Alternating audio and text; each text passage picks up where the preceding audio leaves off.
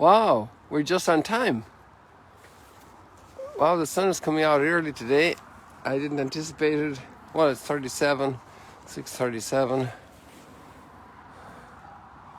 I thought I was way ahead of the game, but actually just on time. Oops.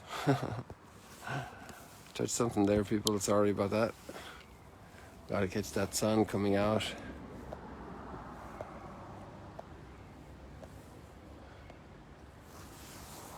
I was taken by surprise there. I expected it a little later, but I wanted to be ahead of the game because I was actually tempted to start 20 minutes ago,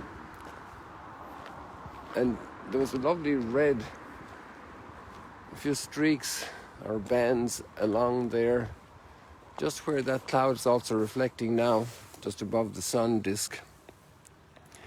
And I thought it wouldn't last long enough, that by the time I announced it and set it up, it would be gone, but it lasted the whole way.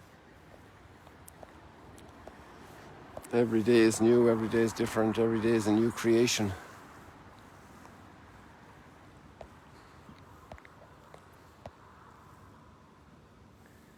The water is quite calm this morning, very serene.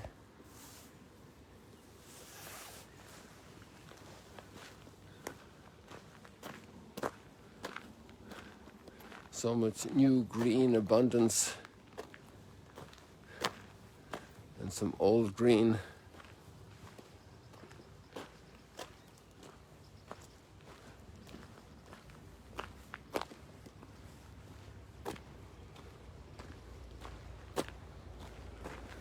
It's nice there on the water.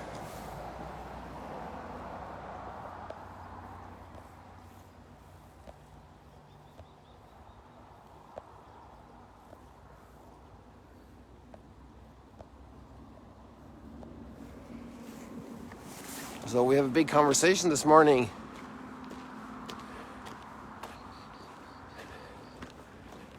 about mankind's efforts to worship God, but also God's efforts to bring us into union with Him.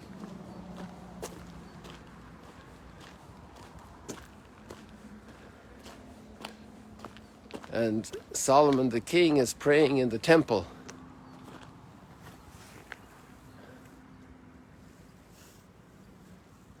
In our times, there are kings who wouldn't do that. Big bosses, big chiefs. So to have a king praying in the temple is a good thing. But of course, there's a lot more to true worship than that.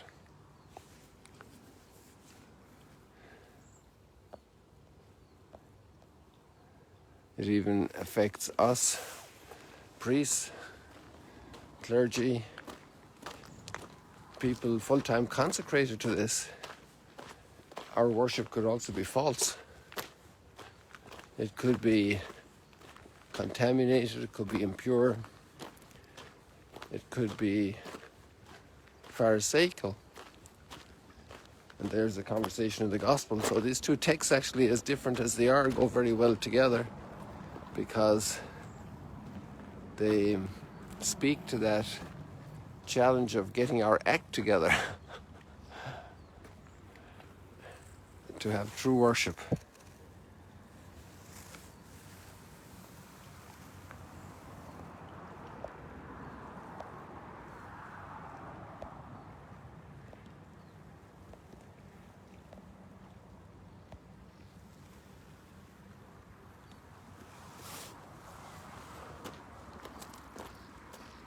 Worship in spirit and in truth, Jesus would say.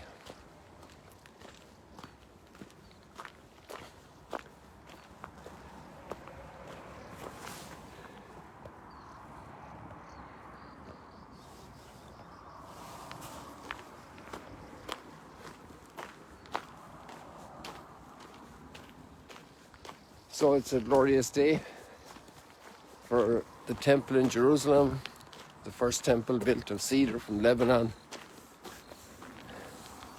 just like our boat altar in Magdala is built from cedar of Lebanon. Sometimes I joke with the people with a serious face, and I say to them, what was the first object built from Lebanese cedar for worship in this land? And some people know that it was Solomon's temple. And then we're usually sitting down there in the boat altar chapel, you know. And then I asked them, what was the last object built from Lebanese cedar for worship in the temple? And then one or two out of a couple of hundred will, 5 or 6 different groups will say, the boat altar.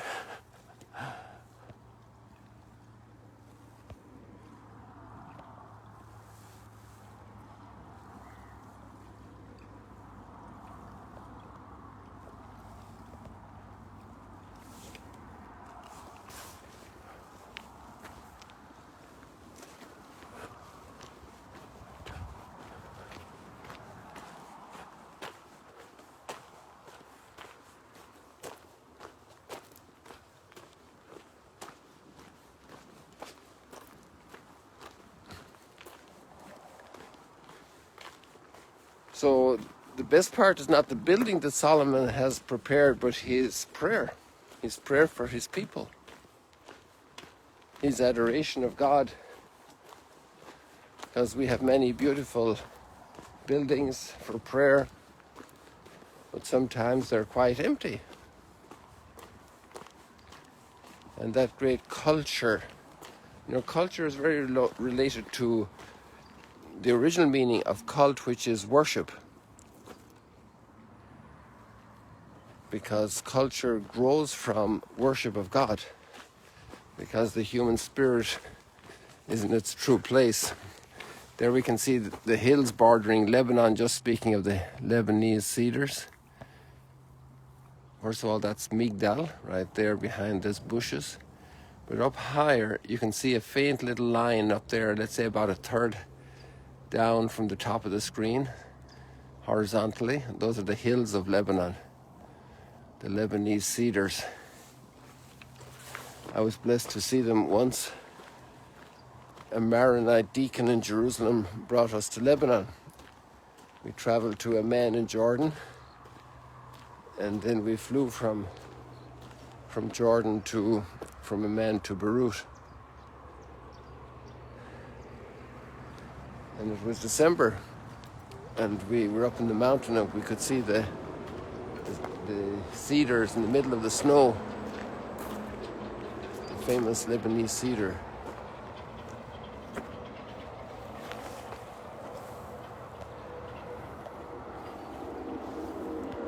So it's great to go to trouble to do a nice place for worship where we are happy, where we're inspired, where we're uplifted. But most important is our heart needs to get uplifted. It needs to be a heart of prayer, a heart of worship. And that takes maybe time to develop also. Some children have it very early on. They have beautiful gifts of prayer. They say prayers that astound their parents, their grandparents, their own siblings. The gift of prayer.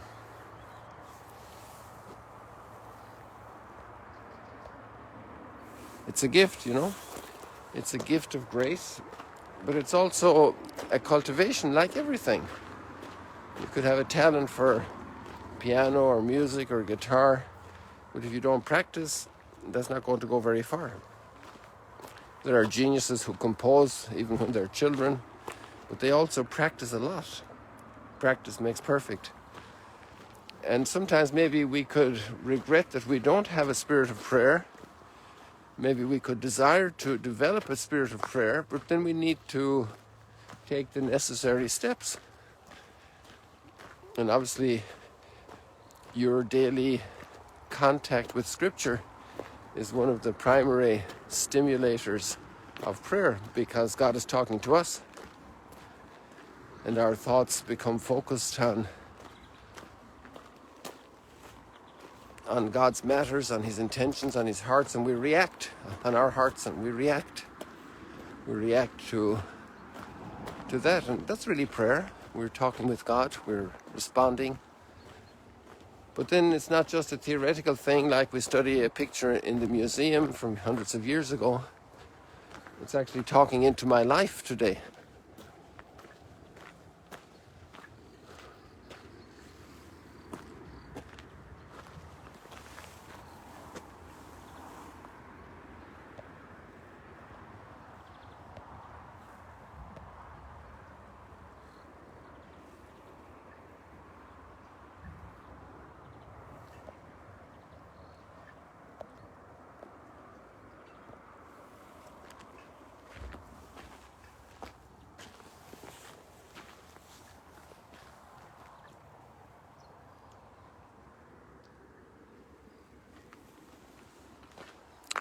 And this is where we are then with the gospel reading, where Jesus, quoting the prophet Isaiah 6 centuries beforehand, and so halfway in between Solomon and the time of Jesus, and he's saying, quoting Isaiah,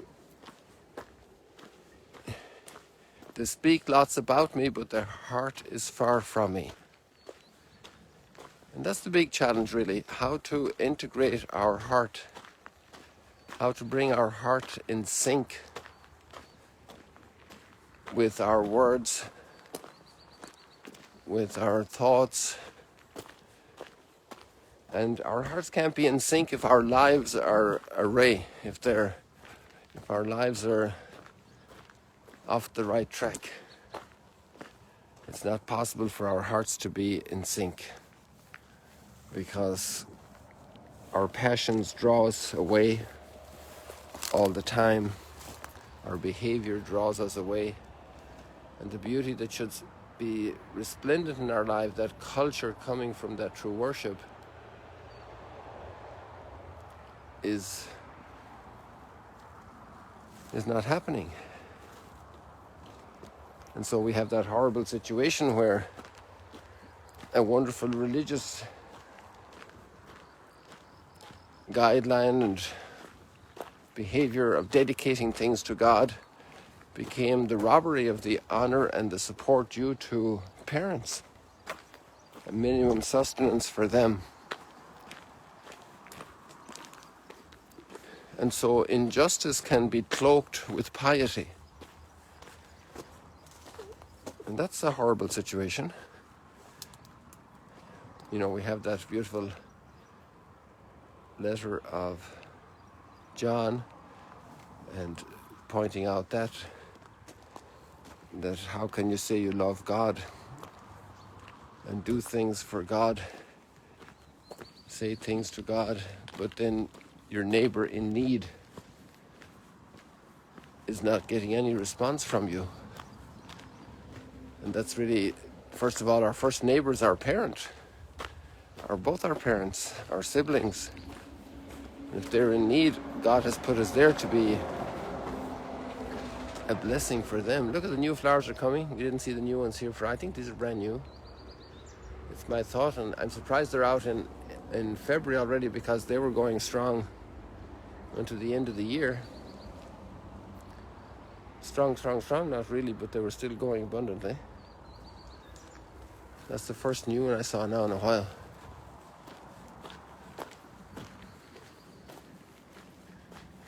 And these ones are really coming a bloom.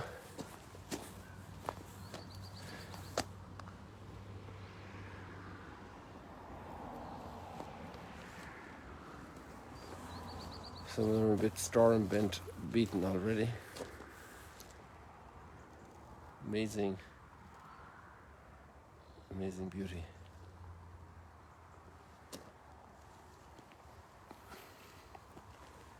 So that famous word Pharisaism has given a bad name to a whole sector of people, but it's actually a syndrome that can hit every person who's religious. To have one face in this direction and have another one in another direction. Hypocrisy. It can be very strict on some things, but lack compassion for people in need. Can put all the emphasis on legalities and not on the warmth of true devotion. And the last line of the gospel is kind of a little conscience examination question for us. And there are many other things you do like this, Jesus said. So maybe we need to stop a little bit and reflect on that issue. If there are other things in my life, to ask for the grace today to see where in my life is there a discordance between my prayer, my love for God, and real need among others.